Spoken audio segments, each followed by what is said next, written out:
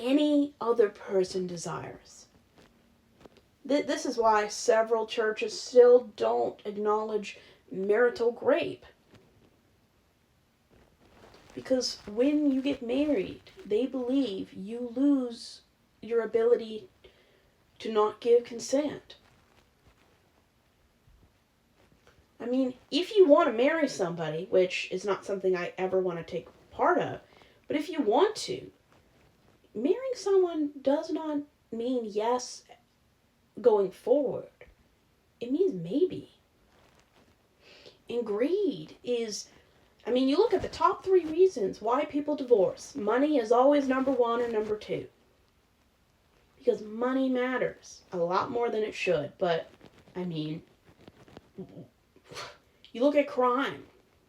If money didn't exist, would there be crime? I'd say half the crime would go away if money did not exist. What about depression? If money didn't exist, and if greed didn't exist, how many people would still be alive and happy and enjoying life? Greed has never been good unless you're in a capitalistic society. And in our society, women are disposable. That's why people hate feminine things, because they view femininity as something that is to be consumed. I don't know how teenage girls deal with the idea that their entire existence is for male consumption. Women don't exist within their own area. They exist for men's pleasure. They really don't, but that's how our society frames it. And it's so dehumanizing. Human trafficking would cease to exist if greed wasn't a thing. How many women would still be alive and happy and enjoying life if they didn't need money to barely make it through the day? People are put in circumstances where they work the street because they can't make money or not enough money to survive. Why we have tariffs and why eggs cost $7 a carton. It's greed. Because every year a business has to make at least 20% more to make more money. The CEO has to get more money every year. Why McDonald's is no longer cheap. Greed.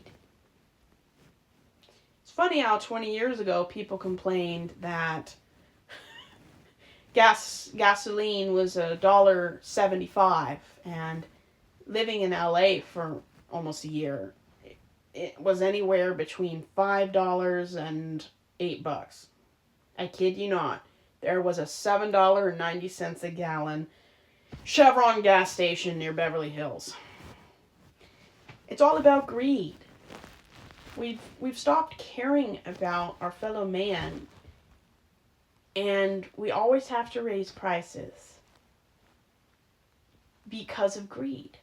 Making 20% more next year isn't enough. We have to make 30%. And companies like United Healthcare, they make money by denying people cancer-saving treatment.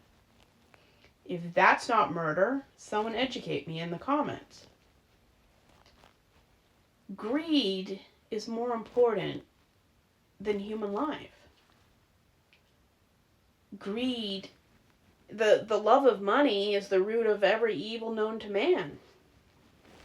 Even though I'm an atheist, I do understand that some of what the Bible says is factually accurate.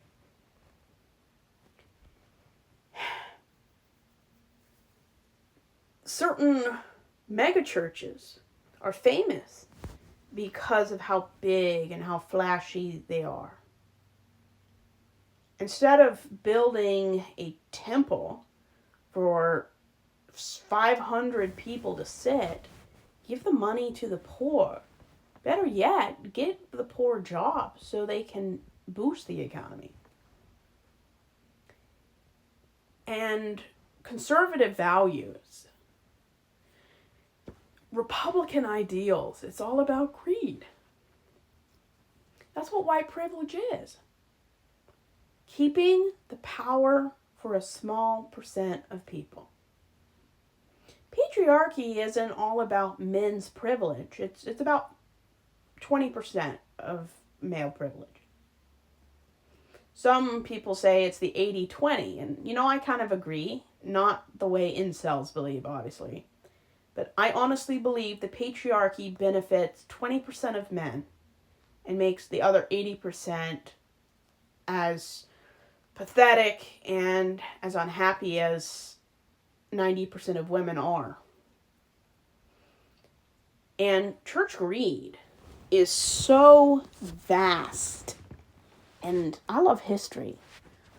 I mean, greed actually created Protestantism.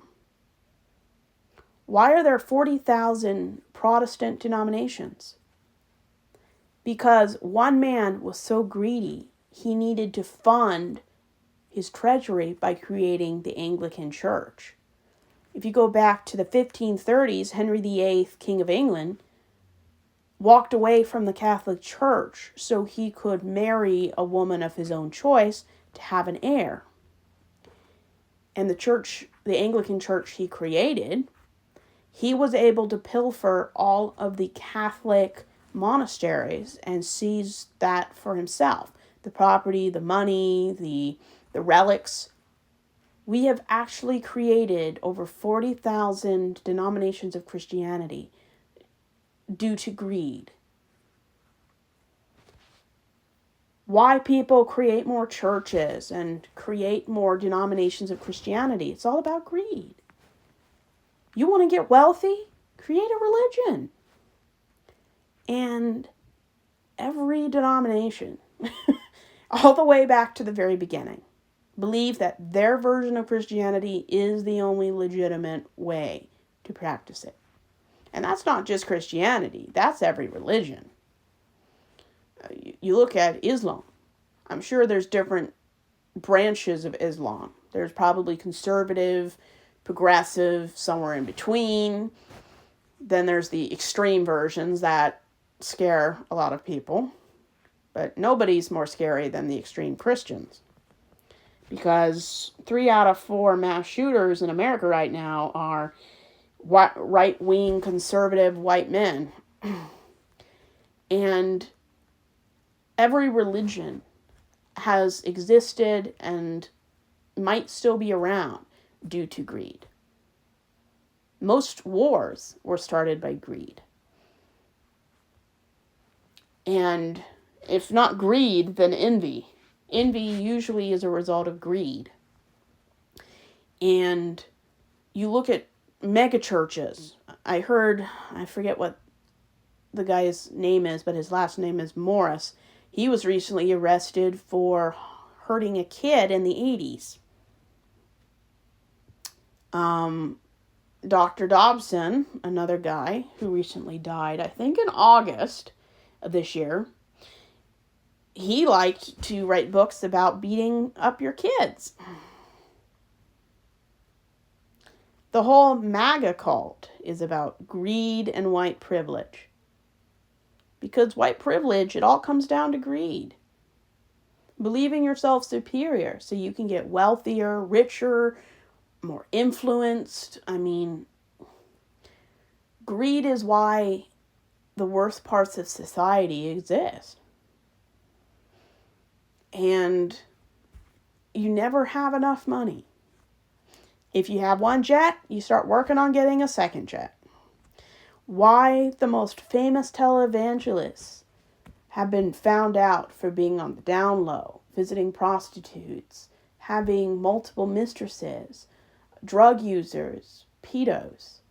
Why a lot of televangelists in megachurches are arrested and disgraced because absolute power corrupts absolutely. Greed corrupts. And I've always found, and if you've had a different experience, leave it in the comments.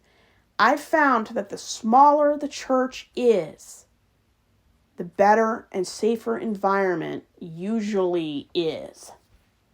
A church with 50 people in it are usually kinder, friendlier, very low greed, more apt to help the homeless and unemployed than any megachurch ever could or will do. Why churches like Joel Osteen's church? Why these kind of people always lean toward white supremacy should not be a surprise. Religion is all about greed, influence, and political power. And churches I respect don't get involved in politics. They teach people how to be moral, decent people, and those moral, decent person can make their own choices. And I've always found that the churches with less than 100 members in it were where I found some of the nicest, moral, God-fearing people, even though I don't believe in God anymore. They were always the best parts of society. Not everywhere. But I definitely found that churches that were very small, less than 100 people in it, were just better environments, safer environments for kids. Not all, but at least the ones I visited.